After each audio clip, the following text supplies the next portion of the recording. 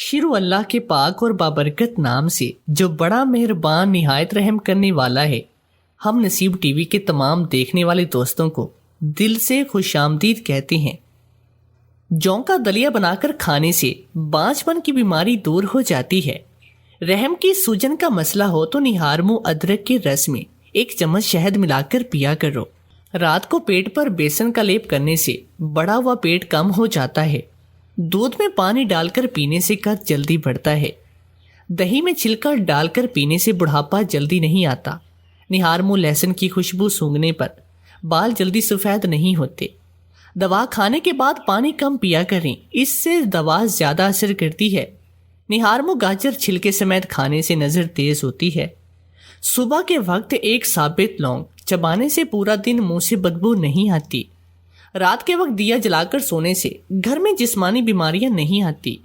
رات کو سر کے پاس پانی کا گلاس بھر کے رکھ کر سونے سے سانس کی بیماری نہیں ہوتی۔ چقندر کھا کر مباشرت کرنے سے عورت جلدی حاملہ ہوتی ہے۔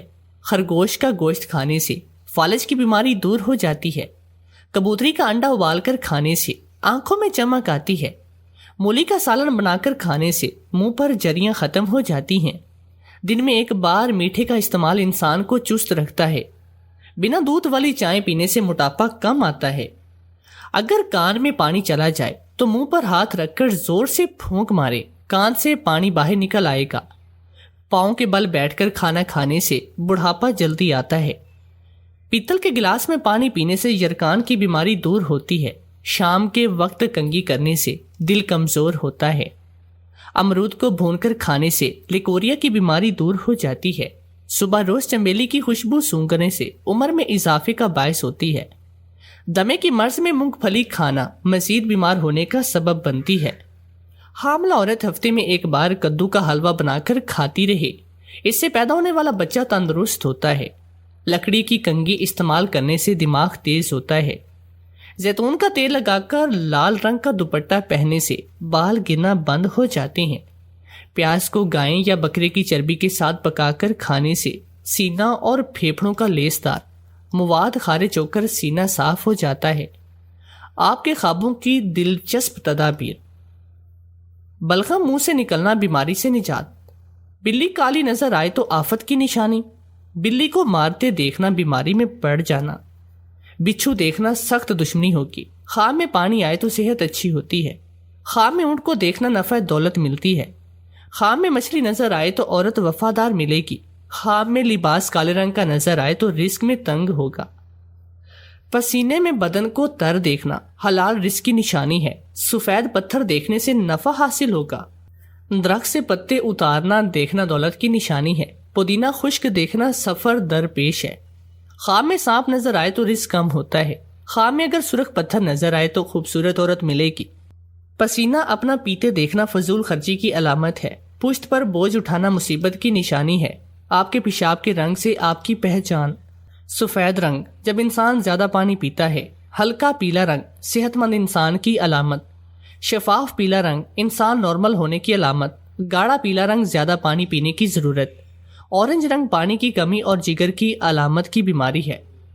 گلابی سرخ رنگ پیشاب کی نالی کا انفیکشن۔ نیلا یا سبز رنگ موسورتی بیماریوں کی نشانی۔ جاگ والا رنگ گردے کی بیماری کے اثرات۔ کالا رنگ پٹھوں کی کمزوری کی علامت۔ ہلکا پیلا رنگ ہیپاٹائٹس ہونے کی علامت ہے۔ کھیرا، مولی، گاجر، نہار منہ کچے کھانے سے موٹاپا کم ہوتا ہے۔ اگر کسی کو شوگر ہو تو وہ رات کو مسواک کر کے سوئے اور صبح اٹھ کر بغیر کچھ کھاتے پیتے سورہ یونس روز 1 بار پڑھ کر پانی پر پھونک مار کر پی لیا کرو۔ 1 مہینے کے بعد شوگر کا نام و نشان نہیں رہے گا۔ نمبر 1، لیمو لے کر اس کو درمیان سے کاٹ لیں اور اسے بالوں میں رگڑیں اور اس کا رس بالوں کی جڑوں تک پہنچ جائے۔ اسے 2 گھنٹے لگا رہنے دیں۔ پھر نیم کے پتوں کو پانی میں ابال لیں اور اس پانی سے دھو لیں۔ جوؤں کا مکمل خاتمہ ہو جائے گا۔ قوت مدافعت بڑھانے والی چیزیں۔ ہلدی والا دودھ کا استعمال روز کریں۔ دار چینی کا زیادہ سے زیادہ استعمال کریں۔ کھانے میں ہلدی کا استعمال زیادہ کریں۔ دودھ میں تھوڑی شہد ڈال کر پئیں۔ دودھ میں سونف ڈال کر پئیں۔ مکھن اور بھینس کا دودھ استعمال کریں۔ سونف والی چائے روز پئیں۔ پودینے والی چائے روز پئیں۔ ساگو دانہ روز کھانے کی عادت بنائیں۔ دہی میں لہسن ڈال کر پئیں۔ بوڑھی عورت جوان ہونا چاہتی ہے تو ٹھنڈی چیزیں کم کھائے. جتنا گرم پانی پیو گے چہرے کی جلد تازہ رہے گی. جیسے عورت ٹھنڈا پانی پیتی جائے گی بوڑھی ہوتی جائے گی. مکھن اور دیسی گھی کا استعمال زیادہ کرنا شروع کریں. سبزیوں اور پھلوں کا استعمال بڑھا دیں. پھلوں میں کیوی کا پھل اور سبزی میں گھیا توری بھنڈی اور بند گوبھی کھاؤ. مٹر اور بینگن کھانے سے جلد ملائم رہتی ہے. نہارمو آلو کے چھلکے کا پانی سے منہ دھویا کریں. روز 3 جاپانی پھل کھانے کی عادت بنا لیں. ہر کھانے میں شملہ مرچ کو استعمال کریں. کڑوی چیزیں کھائیں. کڑوی چیزوں میں حکمت موجود ہے. جوان رکھنے والے ٹوٹکے. ادرک کے ابلے پانی کی بھاپ چہرے پر لگاؤ. کھانا کھانے کے بعد زبان کے نیچے چھوٹی مکھی کا شہد رکھو. صبح اٹھتے ہی ایک ٹانگ پر کھڑے ہو کر کھجور کھاؤ. شام ہوتے ہی 3 بار نمکین پانی کے غرارے کرو. جوانی روکنا ہے تو بکرے کے دل کو پکا کر کھاؤ. ہمیشہ کی جوانی چاہتی ہو تو پودینے کا پانی روز پیا کرو. ہاتھی کے دانتوں کو پیس کر جلد پر لگایا کرو. پودینے کی ڈنڈیوں کو چبانے سے جوانی آتی ہے. جو بھی چیز میٹھی ہوتی ہے وہ صحت اور خوبصورتی کے لیے زہر ہے. جو بھی دوا اور جو بھی چیز جو زبان کو کڑوی محسوس ہو سمجھ جاؤ کہ اس میں صحت اور خوبصورتی کے ہزاروں ذخائر ہیں. ہلدی بوڑھے چہرے کو جوان کرتی ہے. صحت چاہتے ہو تو ان 7 باتوں پر لازمی عمل کریں. چینی کی بجائے شوگر کا استعمال کریں. میدے کی بجائے چکی کا آٹا استعمال کریں. عام تیل کی بجائے سرسوں کا تیل استعمال کریں.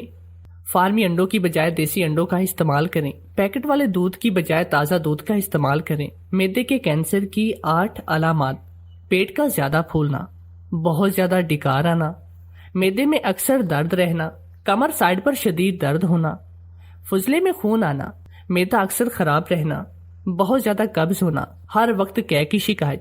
موٹی عورتوں کو دبلا کرنے والی 8 چیزیں: صبح کے ناشتے میں نمک کا استعمال کرنا. 3 عدد کھجوروں کے ساتھ دودھ پئیں. سبز چائے کا استعمال دن میں 3 مرتبہ ضرور کریں.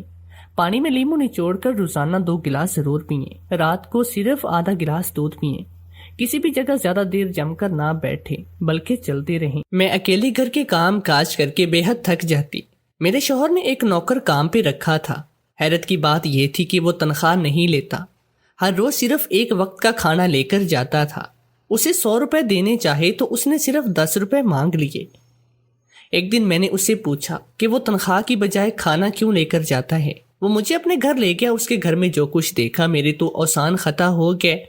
اس کے گھر میں تو جو کہانی میں آپ کو سنانے جا رہی ہوں یہ کہانی تقریباً ہر گھر کی کہانی ہے. ایک عورت کی جو اپنے شوہر کا خیال رکھنے کے ساتھ ساتھ گھر اور بچوں کا بھی بہت خیال رکھتی ہے.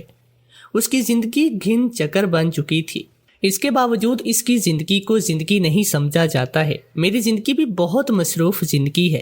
میں ایک اسکول ٹیچر ہوں. ٹیچنگ کرنے کے ساتھ ساتھ میں اپنے خامند بچوں اور گھر کا بھی خیال رکھتی ہوں. شادی کے بعد میرے 2 جڑواں بچے ہوئے تھے. 2 جڑواں بچوں کے ساتھ گھر کی ذمہ داری اور خامند جمال کی قلیل تنخواہ میں گزارا کرنا بہت مشکل ہو رہا تھا. میرے میاں پڑھے لکھے اور سلجھے ہوئے انسان ہیں. وہ جب آفس میں کام کرتے ہیں ان کی تنخواہ بہت قلیل ہے. پھر جڑواں بچوں کی پیدائش کے بعد تو قلیل تنخواہ میں گزارا کرنا مشکل ہو گیا تھا. میں اکیلی گھر کو اور بچوں کو سنبھالتی تھک گئی. میں جمال کو یہ نہیں کہہ سکتی تھی کہ وہ کسی نوکرانی کا بندوبست کر دے تاکہ وہ بچوں کو سنبھال سکے. 6 مہینے بڑی مشکل سے ہی گزرے تھے. آخر کار جب بچے 6 مہینے کے ہو گئے تو میں نے جمال سے صلاح مشورے کے بعد قریبی اسکول میں ٹیچنگ کی جاب کی. جمال تو مجھے ٹیچنگ کرنے کی اجازت نہیں دے رہے تھے لیکن میں ان کا ساتھ دینا چاہتی تھی. اس لیے میں انہیں قائل کرنے میں کامیاب ہو گئی. لیکن مسئلہ بچوں کو سنبھالنے کا تھا. میری ساس سسر یا نند بھی نہ تھی جو بچوں کو سنبھالتی اور میں نوکری پر چلی جاتی.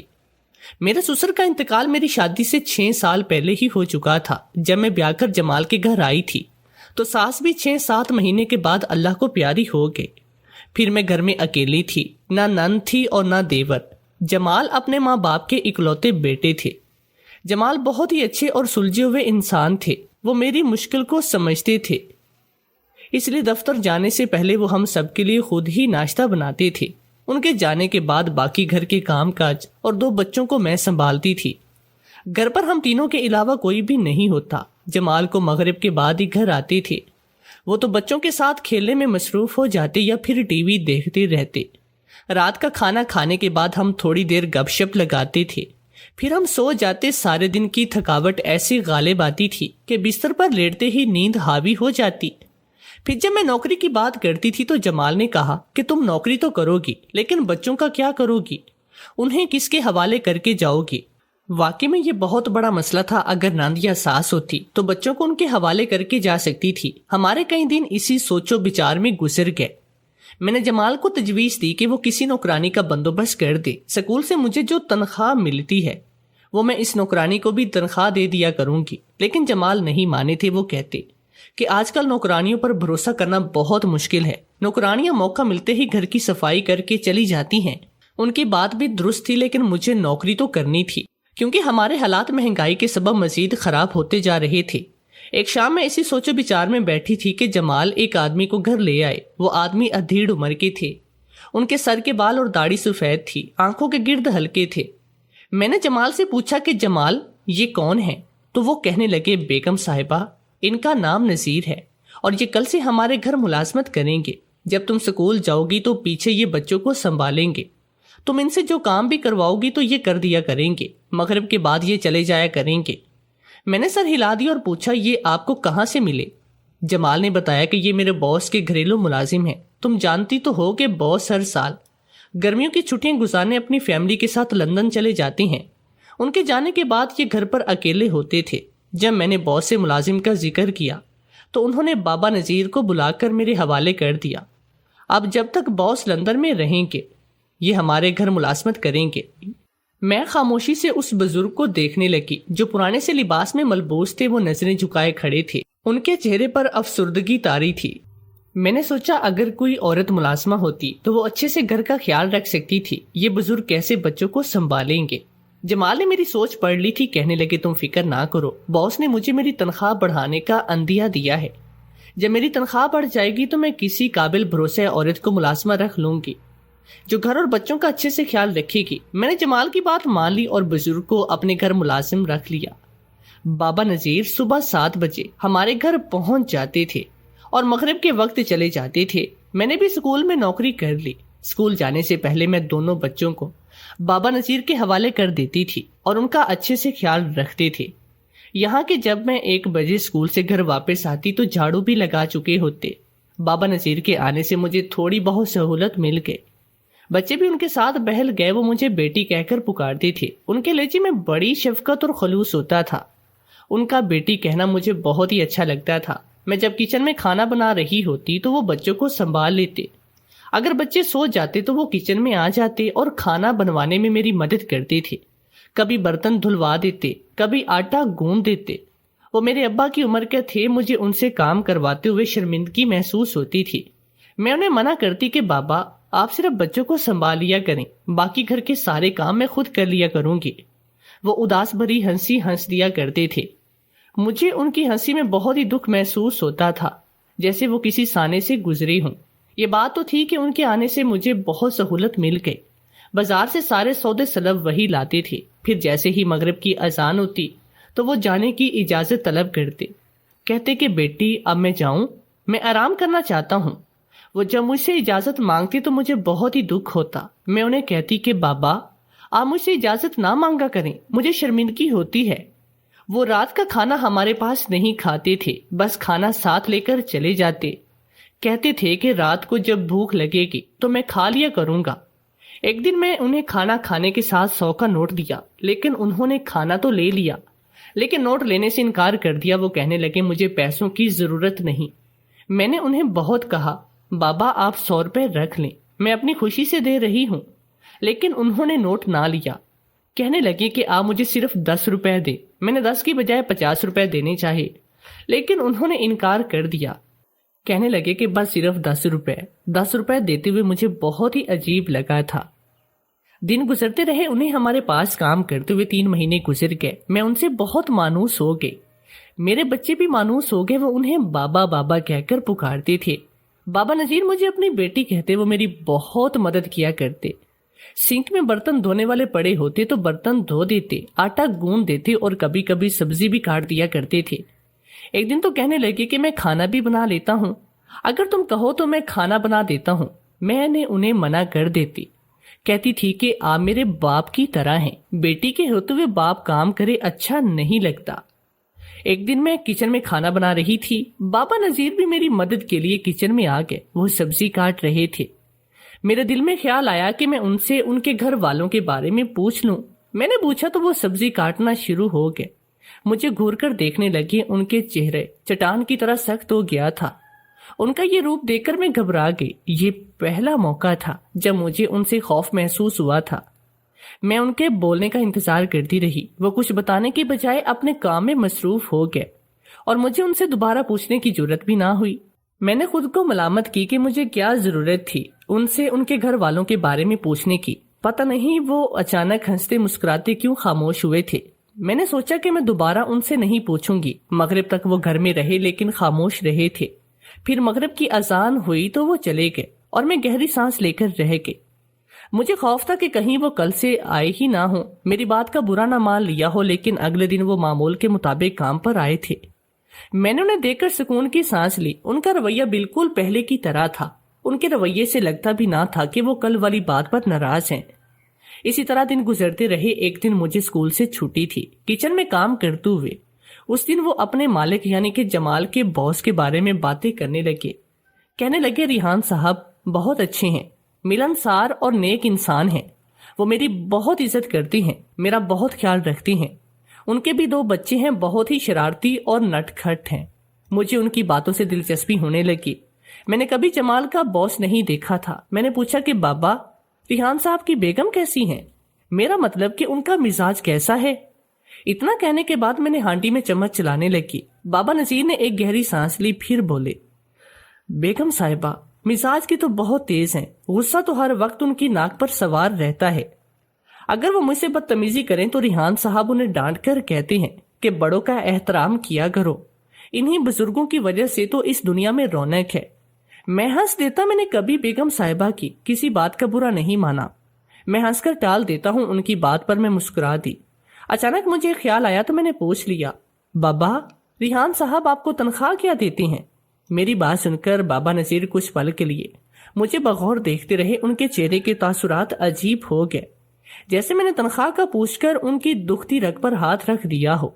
وہ ٹالتے ہوئے کہنے لگے چھوڑو بیٹی، پوچھ کر کیا کرو گی، بلکہ نہ ہی پوچھو تو بہتر ہے۔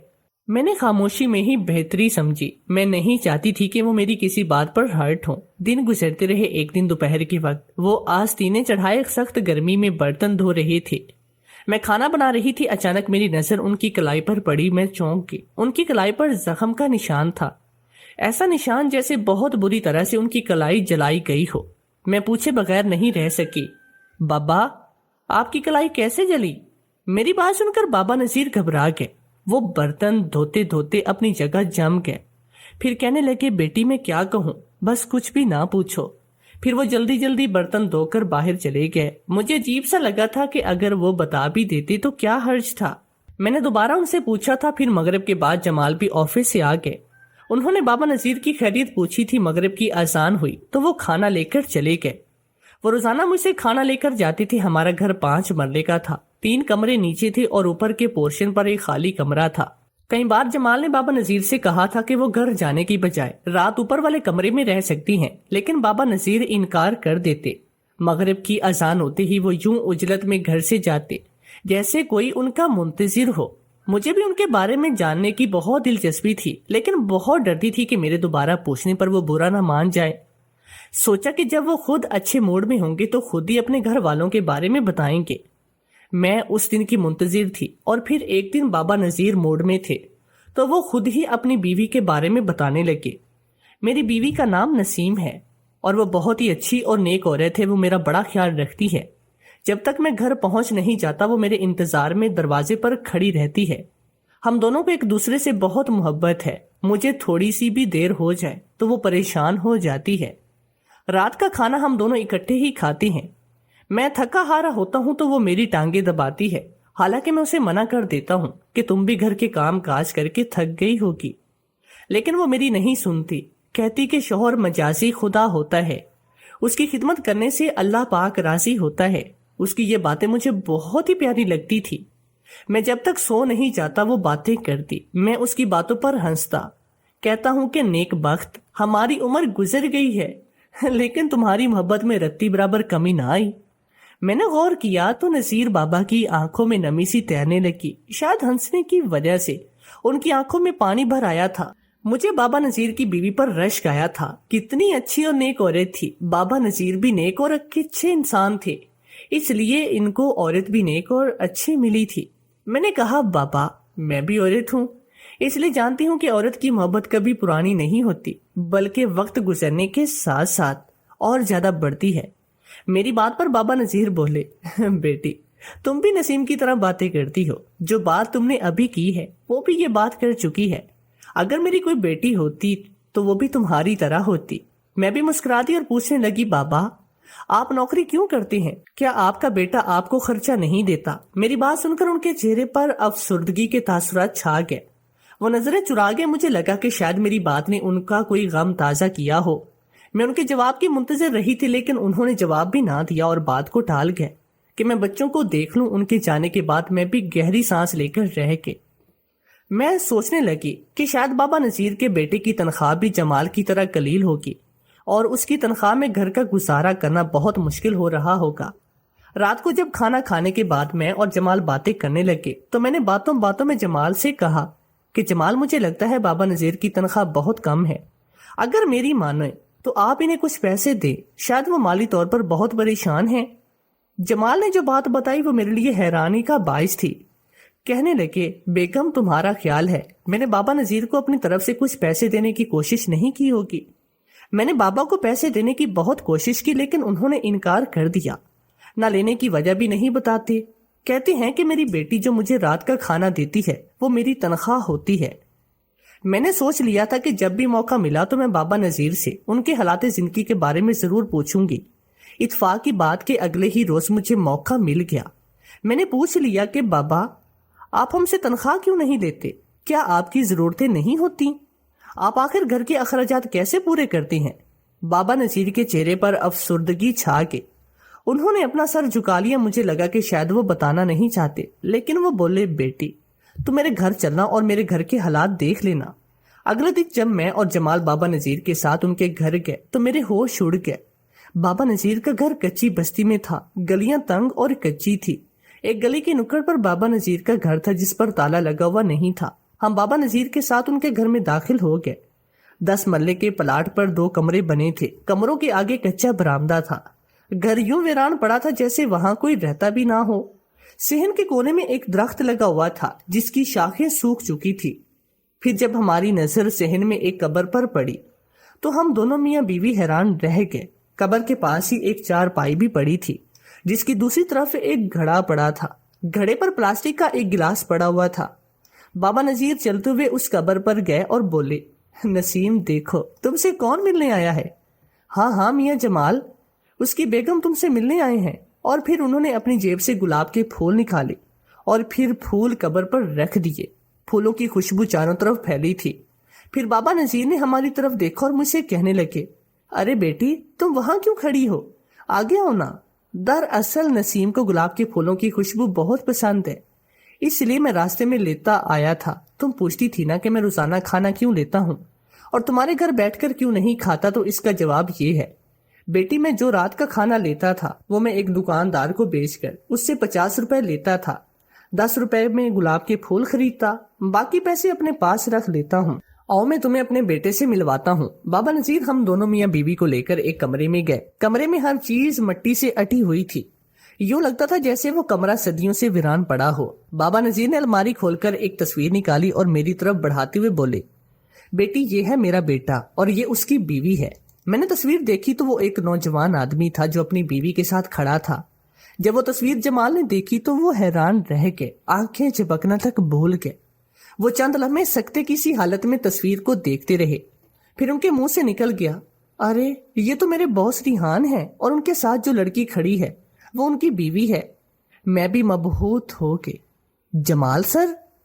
سرسراتی آواز میں بابا نذیر کہنے لگے، آپ ریحان صاحب کے والد ہیں؟ بابا نذیر کے چہرے پر تلخ سی مسکراہٹ ابھر آئی اور وہ نفی میں سر ہلاتے ہوئے کہنے لگے، نہیں بیٹا، میں ریحان صاحب کا والد نہیں، ایک معمولی سا گھریلو ملازم ہوں۔ اتنا کہنے کے بعد وہ پھوٹ پھوٹ کر رونے لگے جیسے چھوٹے بچے روتی ہیں۔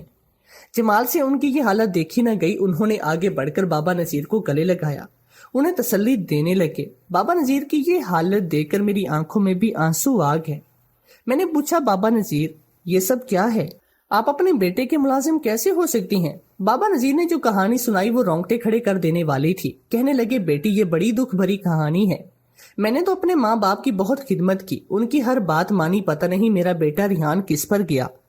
ہم نے ریحان کی تربیت میں کوئی کسر نہیں چھوڑی تھی۔ میں نے دن رات محنت کر کے اسے اعلیٰ تعلیم دلوائی تھی۔ میں حامد صاحب کے پاس ملازمت کرتا تھا۔ اس دور میں مجھے روزانہ کی 10 روپے ملتے تھے، یعنی کہ مہینے کے 300 روپے۔ ساتھ ہی ایک وقت کا کھانا بھی ملتا، میں وہ کھانا نہیں کھاتا، گھر لے کر آتا تھا کہ ہم سب مل کر کھائیں۔ میری ڈیوٹی مغرب تک ہوتی تھی۔ حامد صاحب کے گھر مغرب سے پہلے کھانا پک جاتا۔ میری بیوی میرے والدین کی خدمت کرتے ہوئے گزار دیتی تھی۔ وہ ریحان ہی کو پال رہی تھی۔ میں گھر جاتا، ابا کی خدمت کرتا اور جو کھانا لاتا وہ میں اماں کے ہاتھ پر رکھ دیتا تھا۔ اماں خوش ہو جاتی تھی، پھر ہم سب مل کر کھانا کھاتے تھے۔ نسیم کی خواہش تھی کہ اس کا بیٹا ریحان اعلیٰ تعلیم حاصل کرے اور اچھی نوکری کرے، اسی طرح ہمارے بھی دن بدل جائیں گے، غربت ختم ہو جائے گی۔ وقت گزرتا رہا، میرے ماں باپ بھی باری باری اس دنیا سے رخصت ہو گئے۔ ہم بھی جوانی سے بڑھاپے میں داخل ہو گئے۔ ریحان تعلیم مکمل کرنے کے بعد نوکری کی تلاش میں تھا۔ میں نے حامد صاحب سے سفارش کی تو انہوں نے میری لاج رکھتے ہوئے ریحان کو اپنی کمپنی میں نوکری دی۔ تنخواہ بھی بہت اچھی تھی۔ حامد صاحب کی ایک بیٹی تھی جس کا نام شاہدہ تھا۔ شاہدہ بہت ہی بدتمیز اور اکھڑ مزاج کی لڑکی تھی۔ اگر وہ کسی کی بےزتی کرنے پر آتی تو لحاظ نہیں کرتی۔ حامد صاحب اور ان کی فیملی شاہدہ کی وجہ سے بہت پریشان تھی۔ وہ جانتے تھے کہ اس کی جہاں بھی شادی ہوگی وہ زیادہ دن سسرال میں نہیں گزار سکے گی۔ وہ کسی ایسے لڑکی کی تلاش میں تھے جو ان کی بیٹی کو سنبھالے۔ اسی دوران حامد صاحب کی نظر میرے بیٹے ریحان پر پڑی تو انہوں نے ریحان کو دولت اور بعد میں کمپنی کا مالک بننے کا لالچ دے کر اپنی بیٹی سے اس کی شادی کی اور مجبور کر دیا تھا۔ میرا بیٹا لالچی تھا، اسے بیوی کے ساتھ کمپنی بھی مل رہی تھی، اس لیے اس نے شادی کے لیے ہاں کہہ دی۔ ہم اس شادی کے لیے راضی نہ تھے، لیکن بیٹے کی ضد کی وجہ سے مجبور ہو گئے۔ اسی طرح ریحان کی شادی شاہدہ سے ہو گئے۔ ان کی شادی ایک میرج ہال میں ہوئی تھی۔ دلہن رخصت ہو کر ہمارے گھر نہیں آئی، بلکہ ریحان رخصت ہو کر حامد صاحب کے گھر گیا تھا۔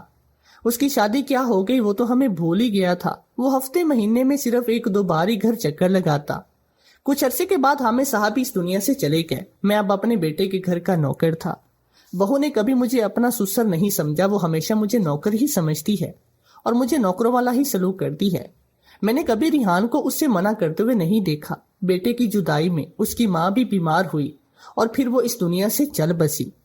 میری بیوی نے کبھی میرے پوتوں کو نہیں بتایا کہ میں ان کا دادا ہوں۔ بچے بھی مجھے نوکر ہی سمجھتے۔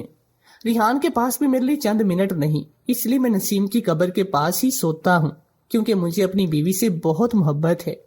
اتنی دردناک کہانی سننے کے بعد تو میں خود پر قابو نہ رکھ سکی اور میں پھوٹ پھوٹ کر رو دی۔ مجھے بہت افسوس ہوا تھا جمال کے باس پر، جسے اپنے بوڑھے باپ کی فکر بھی نہ تھی، جس نے عیش و عشرت کو ترجیح دی۔